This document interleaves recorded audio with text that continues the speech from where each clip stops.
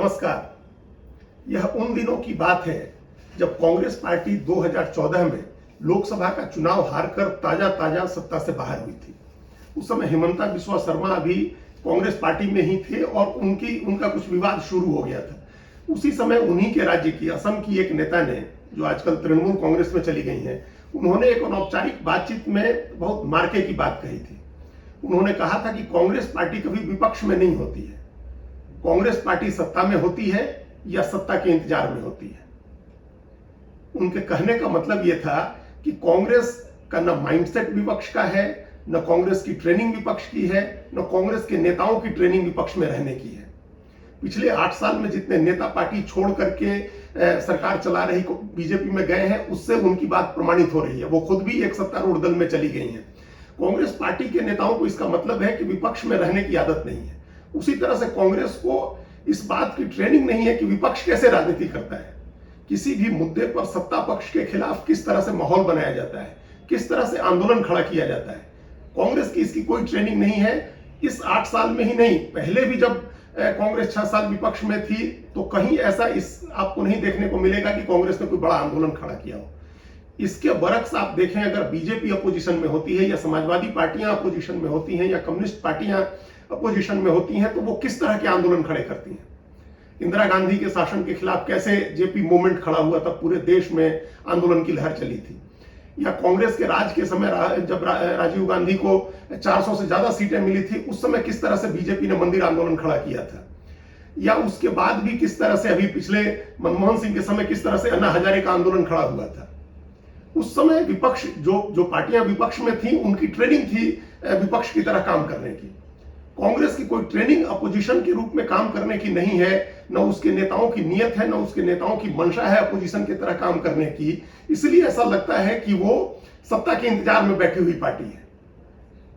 महंगाई पर कांग्रेस पार्टी ने एक बड़ी रैली की है, महंगाई पर हल्ला बोल रैली की है। तब इस बात का ध्यान आया जब उस रैली का और उस रैली में राहुल गांधी के दिए भाषण का विश्लेषण करते हुए यह ध्यान आया कि कांग्रेस पार्टी आंदोलन खड़ा करने में या सरकार के विरोध में माहौल बनाने में कितनी कमजोर है।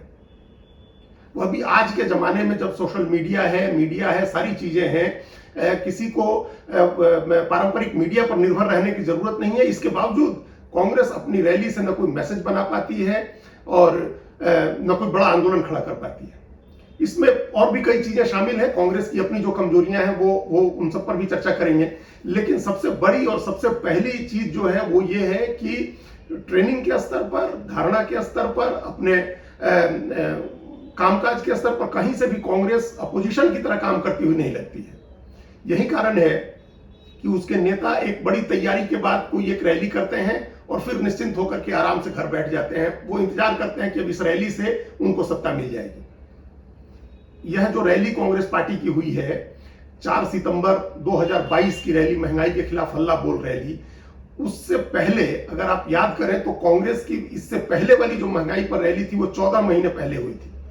26 जुलाई 2021 को राहुल गांधी ट्रैक्टर चला करके संसद गए थे। उसी समय, उसी मानसून सत्र के दौरान वो एक बार साइकिल से भी, विपक्ष के कई नेता साइकिल चला करके पार्लियामेंट पहुंचे थे। तो वो एक आंदोलन था महंगाई को लेकर के, और उसके 14 महीने के बाद दूसरा आंदोलन हुआ है।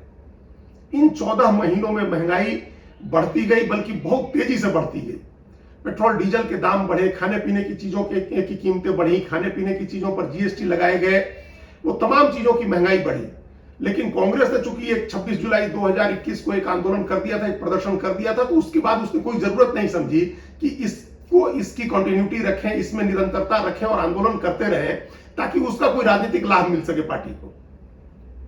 तभी आप देखिए कि उसके बाद जो पिछली रैली, पिछला प्रदर्शन कांग्रेस का हुआ था महंगाई को लेकर के, उसके बाद 5 चुनाव हुए और 5 चुनाव में कांग्रेस हारी। भारी महंगाई, लोग उस महंगाई से त्रस्त थे। इसके बावजूद 4 राज्यों में बीजेपी जीती, क्योंकि बीजेपी इस बढ़ती महंगाई, भयावह महंगाई, बेरोजगारी और अर्थव्यवस्था की खराब दशा के बीच में भी दूसरा नैरेटिव बनाने में कामयाब रहती है। वो बुलडोजर का नैरेटिव बना देती है, वो मंदिर मस्जिद का नैरेटिव बना देती है, वो हिजाब और हलाल मीट का नैरेटिव बना देती है। कुछ भी, किसी तरह का एक नया विमर्श बीजेपी खड़ा कर देती है, जिसकी काट तो कांग्रेस के पास या दूसरी अपोजिशन पार्टीज के पास नहीं है। उसके बरक्स जो ओरिजिनल जो मूल जनता से जुड़ा मुद्दा है, उस मुद्दे को भी वो हाईलाइट करके उसको लेकर के भी कोई एक धारणा जनता के बीच में नहीं बनवा पाती है कांग्रेस पार्टी। वो अभी जब आप इस 4 सितंबर की हल्ला बोल रैली का विश्लेषण करें तो पता चलता है कि कैसे कांग्रेस कहां फेल होती है। कांग्रेस की रैली महंगाई के ऊपर थी, महंगाई के खिलाफ हल्ला बोल रैली थी, लेकिन पूरी रैली में रामलीला मैदान में कांग्रेस के कैंपेन में सोशल मीडिया के कैंपेन में उसने जो कटआउट्स लगा रखे थे, कहीं से भी महंगाई का कोई प्रतीक चिन्ह नहीं दिख रहा था। कोई ऐसी चीज नहीं दिख रही थी जिससे लगे कि यह रैली महंगाई के खिलाफ हो रही है। अब 4 दिन पहले की घटना आपको ध्यान होगा, सब लोगों ने देखा भी, उसकी काफी चर्चा हुई सोशल मीडिया में भी, मीडिया में भी, कि तेलंगाना में मुख्यमंत्री ने एक कमाल की चीज, एक दिलचस्प चीज सोशल मीडिया में शेयर की। उनको बताना था कि गैस सिलेंडर की महंगाई कितनी बढ़ गई है, तो उन्होंने पोस्टर छपवाए। उस पोस्टर पर प्रधानमंत्री नरेंद्र मोदी की फोटो छपवाई और सिलेंडर की कीमत 1105 रुपए लिख करके और ओरिजिनल सिलेंडर के ऊपर चिपका दिया और उसकी फोटो खींच करके सोशल मीडिया में शेयर कर दिया। सारे देश में इस बात की चर्चा हुई।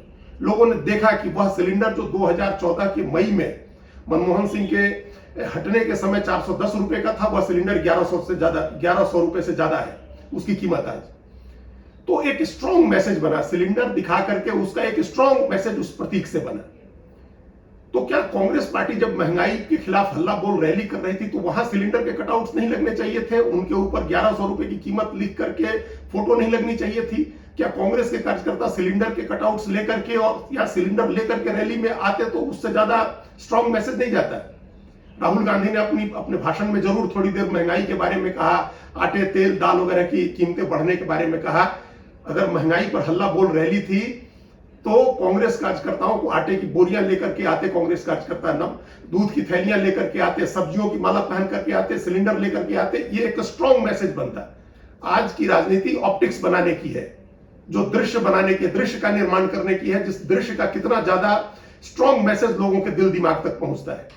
पता नहीं कांग्रेस के लोगों को याद है या नहीं, लेकिन जो लोग पत्रकारिता कर रहे हैं उनको एकदम ध्यान होगा कि सिलेंडर की कीमत 10 रुपए बढ़ती थी तो बीजेपी के बड़े नेता सिलेंडर लेकर के धरना देते थे। उसकी तस्वीर आज भी मिल जाएगी। राजनाथ सिंह जैसे बड़े नेता और स्मृति ईरानी और डॉक्टर हर्षवर्धन को दिल्ली में प्रदर्शन करते हुए जब वो सिलेंडर लेकर के प्रदर्शन कर रहे थे। पूरी बीजेपी के बड़े नेताओं की तस्वीरें मिल जाएंगी जब वो सब्जियां महंगी हुई और सब्जियों की माला पहन करके प्रदर्शन कर रहे थे।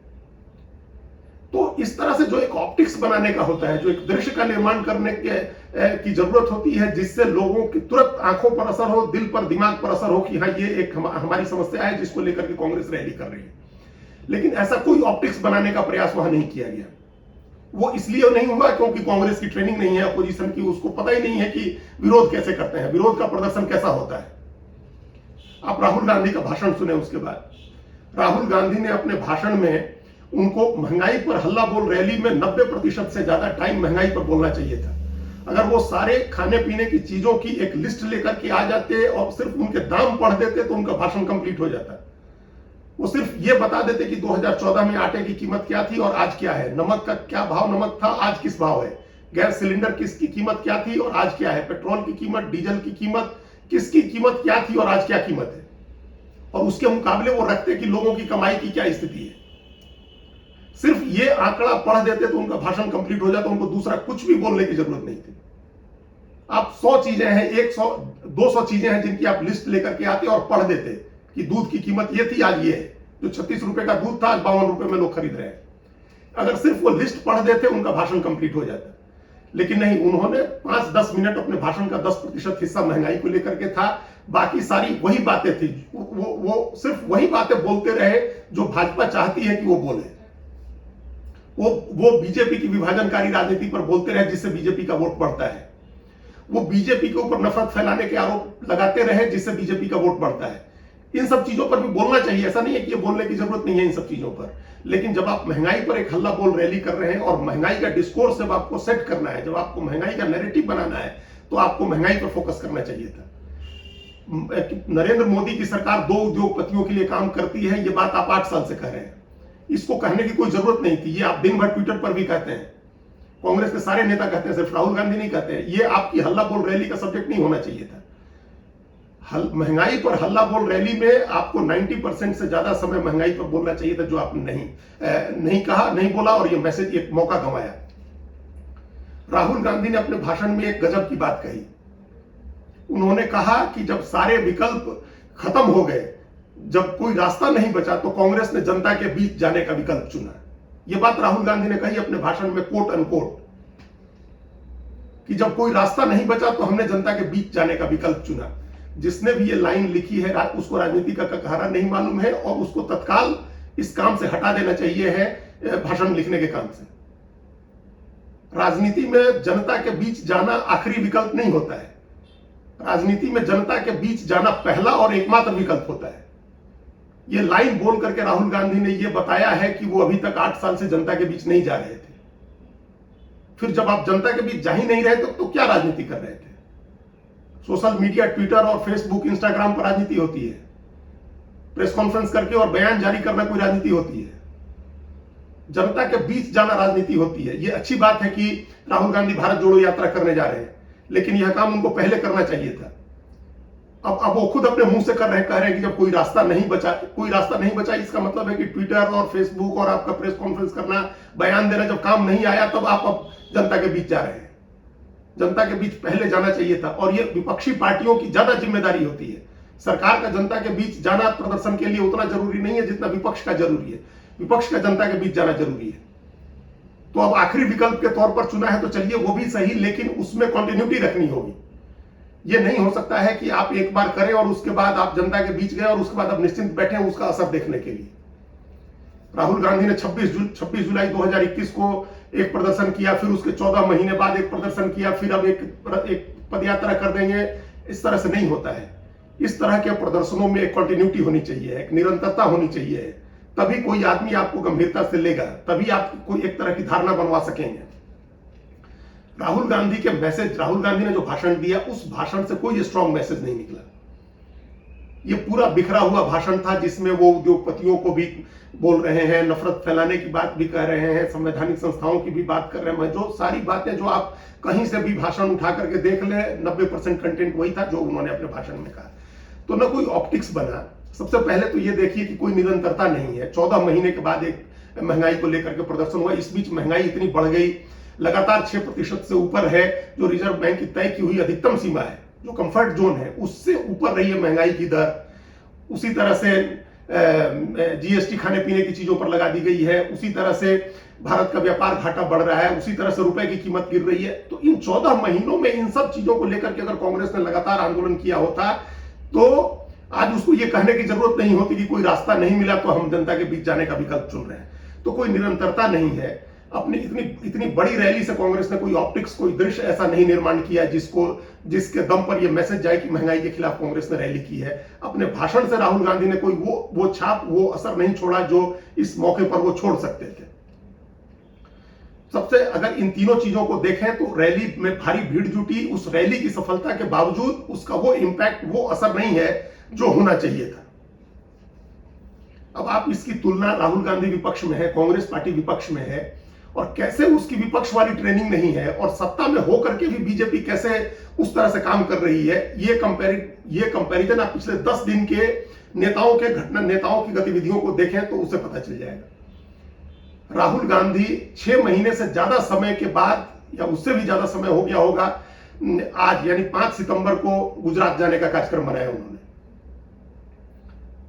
गुजरात में भी दिसंबर में चुनाव होने हैं, 2 महीने के बाद चुनाव की घोषणा हो जाएगी। वहां के लोग कितने समय से उनसे इस बात का अनुरोध कर रहे थे कि वो गुजरात आए, लेकिन वो 6 महीने के बाद या उससे भी ज्यादा समय के बाद उन्होंने एक प्रोग्राम बनाया गुजरात जाने का। उसके मुकाबले अमित शाह और नरेंद्र मोदी की गतिविधियां देखिए।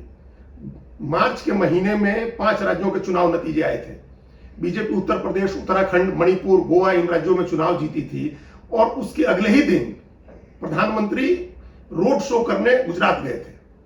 5 दूसरे राज्यों के नतीजे आए हैं, जिसमें उत्तर प्रदेश बहुत बड़ा राज्य है, देश की राजनीति को प्रभावित करने वाला, वहां के नतीजे आए थे। और उसके अगले दिन उत्तर प्रदेश नहीं जाकर के प्रधानमंत्री ने गुजरात में जाकर के रोड शो किया। यह मार्च की बात है, और मार्च से सितंबर के महीने तक वो कम से कम 4 या 5 बार गुजरात का दौरा कर चुके हैं। हर महीने या दूसरे महीने वो गुजरात जाते हैं। अभी अगस्त के आखिर में वो 2 दिन के लिए गुजरात में थे। साबरमती रिवर फ्रंट पर उन्होंने खादी उत्सव में हिस्सा लिया और भुज में जाकर के रोड शो किया। उन्होंने रैलियां की, 2 दिन गुजरात रह के आए प्रधानमंत्री। और अभी उनको आए हुए हफ्ता नहीं हुआ था कि अमित शाह गुजरात पहुंचे। अमित शाह ने कई स्मार्ट स्कूलों के उद्घाटन किए, उन्होंने गुजरात में कार्यकर्ताओं के साथ बैठक की, सभा की, और उसके अगले दिन वो मुंबई चले गए, जहां उन्होंने गणपति मंडल में जाकर के लाल बाग के राजा की पूजा की। उसके पहले अमित शाह तेलंगाना में थे। मुन्नुगौड़ा विधानसभा सीट पर उपचुनाव होना है और उस उपचुनाव के लिए देश का केंद्रीय गृह मंत्री और भाजपा का पूर्व राष्ट्रीय अध्यक्ष चुनाव प्रचार करने गया था, एक विधानसभा सीट के बाई इलेक्शन जहां अभी उसका चुनाव होना है। अभी वहां प्रधानमंत्री 1 और 2 सितंबर को केरल और कर्नाटक में थे। दोनों जगह उन्होंने रैलियां की, चुनावी सभा की और अपने सरकारी कार्यक्रमों में भी राजनीतिक मकसद का भाषण दिया। भाजपा के राष्ट्रीय अध्यक्ष जेपी नड्डा रायपुर गए, हरियाणा गए। पिछले 1 हफ्ते 10 दिन की बात मैं बता रहा हूं। भारतीय जनता युवा मोर्चा के राष्ट्रीय अध्यक्ष तेजस्वी सूर्या ने जयपुर में जाकर के रैली की, सभा की। इसके मुकाबले पिछले 10 दिन में कांग्रेस की क्या गतिविधि रही है? कांग्रेस का कौन सा नेता किस राज्य में जाकर के चुनावी सभा, रैली या ऐसे जनसभा करके पदाधिकारियों के साथ बैठक करके आया है? क्या विपक्ष इस तरह से काम करता है? जो सरकार में है उसके सारे बड़े नेता हर दिन किसी न किसी राज्य में होते हैं, जाकर के रैली करते हैं, कम से कम पदाधिकारियों की बैठक करते हैं, उनमें उत्साह भरते हैं, बूथ स्तर की तैयारी करते हैं। और कांग्रेस पार्टी का कोई नेता कहीं दिखता नहीं है, किसी जगह पर वो जनता के बीच में नहीं दिखता है। हिमाचल प्रदेश में चुनाव होना है लेकिन वहां राहुल गांधी नहीं गए। उत्तर प्रदेश का चुनाव हुए, मार्च में नतीजे आए हैं, उसके बाद से सूचना नहीं है कि राहुल गांधी उत्तर प्रदेश गए। बिहार में तो 2020 के चुनाव के बाद से ही लगता है उनका जाना नहीं हुआ। पश्चिम बंगाल में उन्होंने चुनावी रैलियां की लेकिन उसके बाद गए नहीं है वो, जबकि अमित शाह पश्चिम बंगाल भी होकर के आ गए, बिहार भी होकर के आ गए और बिहार का भी उनका आगे का कार्यक्रम बना हुआ है।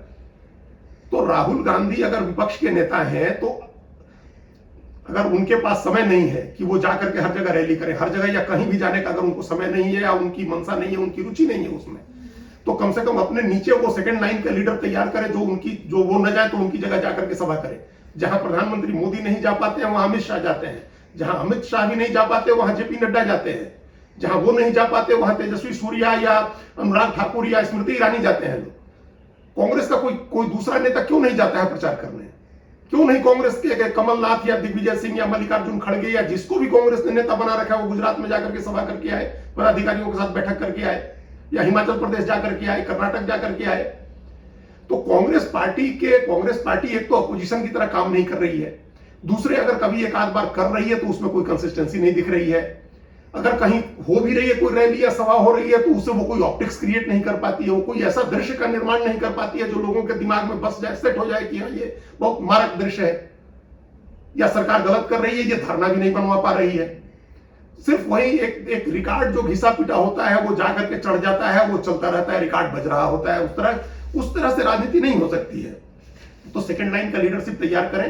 राहुल गांधी यंग हैं, प्रधानमंत्री मोदी के मुकाबले काफी यंग है, फिट है, जिम जाते हैं, उन्होंने अपनी बॉडी कई बार फ्लॉन्ट की है, तो क्यों नहीं वो जाकर के मेहनत करते हैं, दिन भर दौरे करते हैं, राज्यों में जाते हैं जैसे बीजेपी के नेता जाते हैं। तो वो कांग्रेस कोई मोमेंटम नहीं बना पाती है क्योंकि कंसिस्टेंसी नहीं है उसमें, उसके पास ऑप्टिक्स बनाने की क्षमता नहीं है क्योंकि विपक्ष की राजनीति करने की ट्रेनिंग नहीं है उसकी, और उसके पास नेता भी इस तरह के नहीं है। सारे नेता बैठ करके इस बात का इंतजार कर रहे हैं कि या तो सोनिया, राहुल, प्रियंका गांधी के चमत्कार से सत्ता मिल जाए, या जो सरकार में है वो लोग कुछ गलतियां करें तो कांग्रेस अपने आप सत्ता में आ जाए, तो बैठ करके सत्ता का इंतजार कर रहे हैं, विपक्ष की तरह काम नहीं कर रहे हैं। कांग्रेस को आज भी, अभी भी समय है, अगर कांग्रेस को पार्टी अपनी बचानी है, राहुल गांधी को पार्टी बचानी है, तो वो चाहे अपनी मंशा उनकी कितनी भी ईमानदार हो, वो कितने भी अच्छे नेता हो, कितने भी लोकतांत्रिक हो, कितने भी लिबरल विचारधारा के हो, उससे कुछ फर्क नहीं पड़ना है अगर आपके विचार जनता के बीच में नहीं जा रहे हैं या आप जनता के बीच नहीं जा रहे हैं। अब कांग्रेस पार्टी भारत जोड़ो यात्रा करने जा रही है, उम्मीद करनी चाहिए कि इससे जो निरंतरता, इससे जो शुरुआत है वो बनी रहेगी। कांग्रेस आगे चुनाव हो न हो अपनी राजनीतिक गतिविधियां जारी रखेगी, विपक्ष की तरह काम करेगी, तभी सत्ता में आने का रास्ता बनेगा। धन्यवाद। कृपया हमारे चैनल के साथ जुड़िए, लाइक कीजिए, सब्सक्राइब कीजिए, बेल आइकॉन जरूर दबाइए।